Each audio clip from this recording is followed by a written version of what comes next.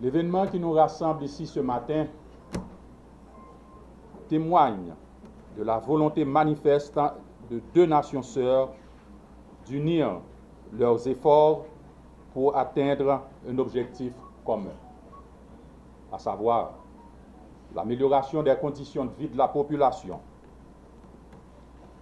Pour y parvenir, il convient pour les pouvoirs publics de travailler à la mise en place d'un filet de sécurité sociale développé suivant une logique modulaire, garantissant l'accès pour tous à l'alimentation, au logement, aux soins de santé et à l'éducation.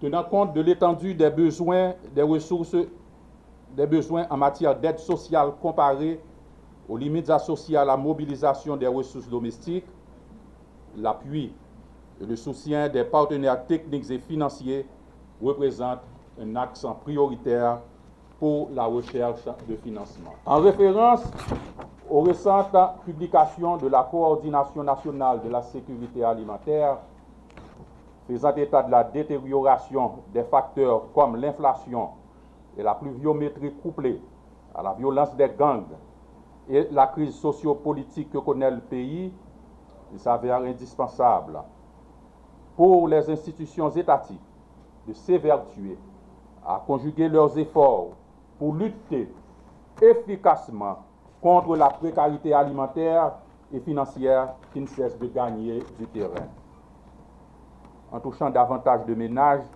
d'une année sur l'autre de 2018 à date. Sur cette base, le FAES a sollicité et obtenu de la République de Chine-Taïwan un appui financier devant servir à l'intensification des activités du programme COREPEP, dont le ministère des Affaires sociales et du Travail est le maître d'ouvrage. Sur une période de 18 mois, allant de janvier 2003 à mars 2024, le dit programme bénéficiera d'un financement se chiffrant à 10 millions de dollars américains.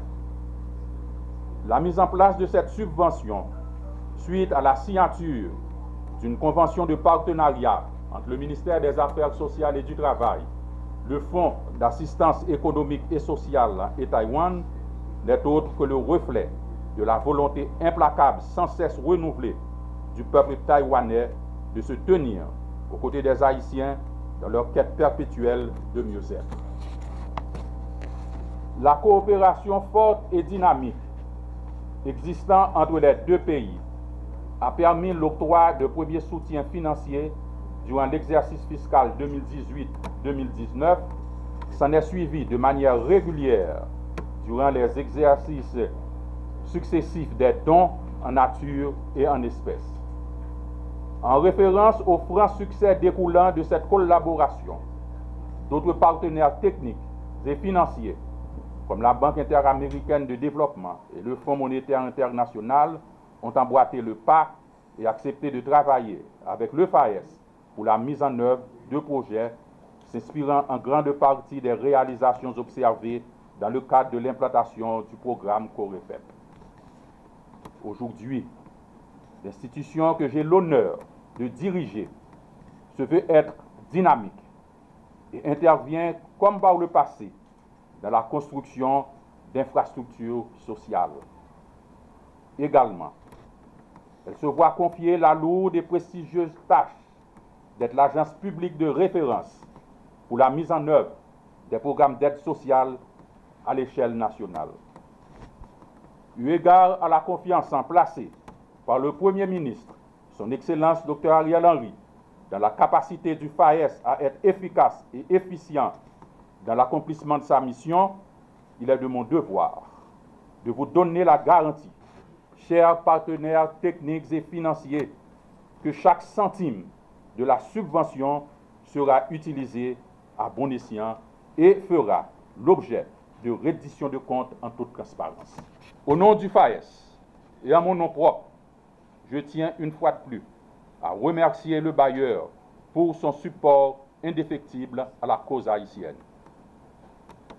Vive la coopération haïtiano-taïwanaise. Nous nous situons aujourd'hui dans une conjoncture nationale très compliquée liée à la détérioration de l'état sécuritaire, économique et humanitaire. La recrudescence des violences armées ces derniers temps ne fait qu'aggraver la crise humanitaire et économique dont souffre la population la plus vulnérable. Et une invasion non justifiée sur la scène internationale qui s'est déclenchée tout justement il y a une année ne favorise guère la situation. Les autorités haïtiennes continuent de s'efforcer à ramener le climat sécuritaire au pays. Une couche importante de la population très affectée par ce phénomène n'arrive pas à satisfaire à ses besoins quotidiens. Selon les indicateurs internationaux fiables, il a été répété à plusieurs reprises que 4,7 millions d'Haïtiens font face à une crise alimentaire. Comme on le sait bien, sans sécurité alimentaire, il n'y aura pas de sécurité sociale. C'est dans ce contexte difficile que nous nous retrouvons ici aujourd'hui. Taïwan, en tant qu'ami fidèle d'Haïti, est toujours prêt à apporter son soutien, surtout pendant des moments cruciaux. Il faut toujours sauver l'urgence. C'est ainsi la République de Chine de Taïwan, considérant son étroite amitié et sa collaboration mutuelle avec la République d'Haïti, et en dehors des différents projets de coopération à long terme qui accompagnent le développement d'Haïti, renouvelle son soutien au programme COEPEP en signe de solidarité du peuple et du gouvernement taïwanais envers la population haïtienne. Aussi, je voudrais annoncer et informer au grand public que ceci est la troisième don de ce genre depuis 2019 et le premier décaissement au FAES dans le cadre du programme COEPEP prend effet dès la signature de la convention de partenariat. Je suis convaincu que ce don sera utilisé à bon escient dans la lutte contre l'insécurité alimentaire et humanitaire. Je voudrais rappeler que le programme COEPEP est contribué aux interventions du FAES dans le cadre de la lutte contre la pauvreté pour faire face à une situation d'urgence. Je vous assure que le gouvernement taïwanais continue à appuyer au peuple haïtien dans les différents domaines tels que la santé, l'éducation, l'énergie, l'infrastructure, l'agriculture, la sécurité et entre autres. Mesdames et messieurs, Haïti fait face aux défis multiples sur son chemin du développement national. Le peuple et le gouvernement taïwanais se tiennent et se tiendront toujours aux côtés des Haïtiennes et Haïtiennes, que ce soit à travers des programmes sociaux de court terme ou mettons en œuvre des programmes structurants pour le bien-être de la population. Ensemble, nous pouvons faire la différence. Ensemble, nous pouvons créer une nouvelle situation. Ensemble, nous pouvons favoriser une meilleure conjoncture. En créole, on dit souvent, c'est les où dans besoin ou quand qui moun, qui bons amis. Vive l'amitié et la coopération taïwano-haïtienne. Le renforcement du système de protection sociale est une priorité pour le ministère des Affaires sociales et du Travail et une stratégie du gouvernement dirigée par le Premier ministre, Dr Ariel Henry, pour améliorer les conditions de vie de la population. Les efforts récents menés par le gouvernement et les donateurs ont toutefois contribué à l'élaboration de deux instruments de politique essentiels du système de protection sociale en Haïti. Une politique nationale de protection et de promotion sociale, PNPPS, adoptée en 2020, et un système d'information qui établit, à partir des indicateurs quantitatifs et une méthodologie appropriée le degré de vulnérabilité des ménages, le CIMAS. En effet, depuis plus de 3 décennies, la société haïtienne fait face à l'extension d'une pauvreté massive, de l'insécurité alimentaire et de l'exclusion engendrée par les catastrophes naturelles et l'instabilité sociopolitique qui empêchent des choix rationnels pour le progrès du pays. Mesdames, Messieurs, cette crise multidimensionnelle est impactée par le niveau de satisfaction des besoins de la population, le développement et le renforcement des moyens adéquats pour établir les normes minimales d'équité et de justice sociale. De telles situations commandent un leadership responsable pour adresser avec intelligence la détérioration grandissante et généralisée des conditions de vie des citoyens. C'est en ce sens que le gouvernement, à travers le ministère des Affaires sociales et du Travail, a lancé depuis l'exercice précédent le programme multisectoriel pour l'apaisement social et la réinsertion des groupes vulnérables, dont les principaux objectifs sont articulés autour de la création d'un climat d'apaisement social à partir d'actions directes et transparentes.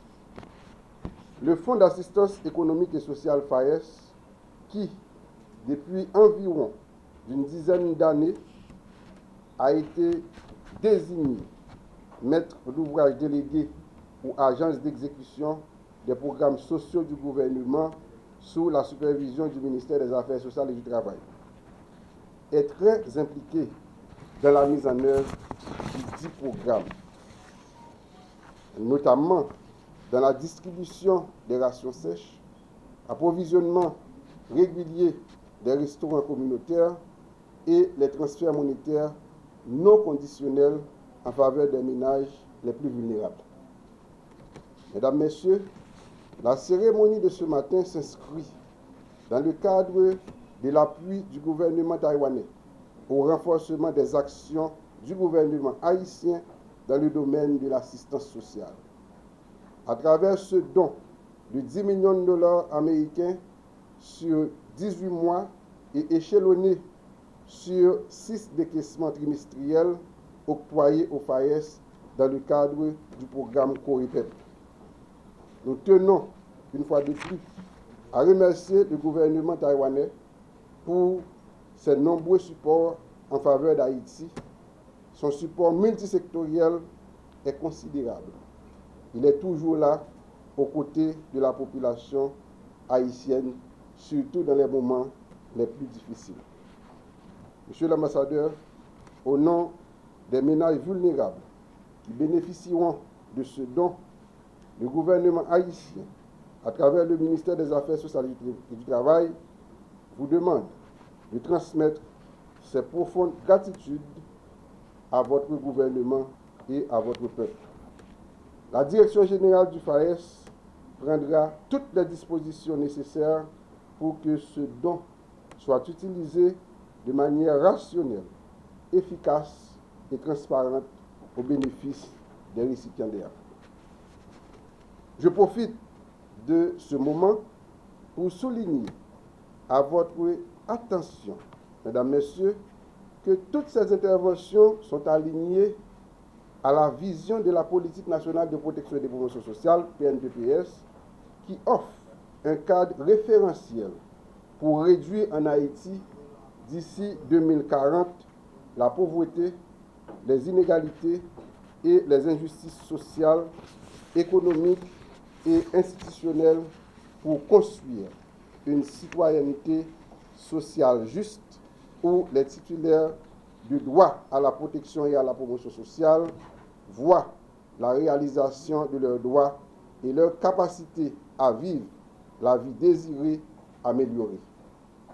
Avec ces 4 grands axes stratégiques, enfance, travail, emploi et employabilité, protection sociale en santé et protection de la vieillesse et de l'invalidité, et enfin protection sociale réactive au choc, la PNPPS a permis à la protection sociale de devenir un instrument privilégié de renforcement de la résilience des communautés et constituer une nouvelle priorité pour le gouvernement vers le développement durable. Je ne saurais terminer mon intervention sans remercier vivement la Direction générale du FAES, les directeurs techniques, les cadres et personnels de cette institution pour leur dynamisme, leur savoir-faire et leurs expériences qui nous ont permis d'initier le programme multisectoriel l'année dernière et qui nous a permis aussi d'arriver à certains résultats. On est loin d'être satisfait, mais on sait aussi que le défi est immense. La vision est beaucoup plus grande cette année. Je souhaite que l'équipe soit renforcée et soit beaucoup plus dynamique afin qu'elle soit capable d'acquitter favorablement de sa tâche. Au nom du ministère des Affaires sociales, au nom du gouvernement haïtien, je tiens à renouveler ce remerciement au gouvernement taïwanais et je souhaite que les interventions qui vont être effectuées à partir de ce fonds vont être dirigées à l'endroit des plus vulnérables. Vive la coopération haïtiano et taïwanaise.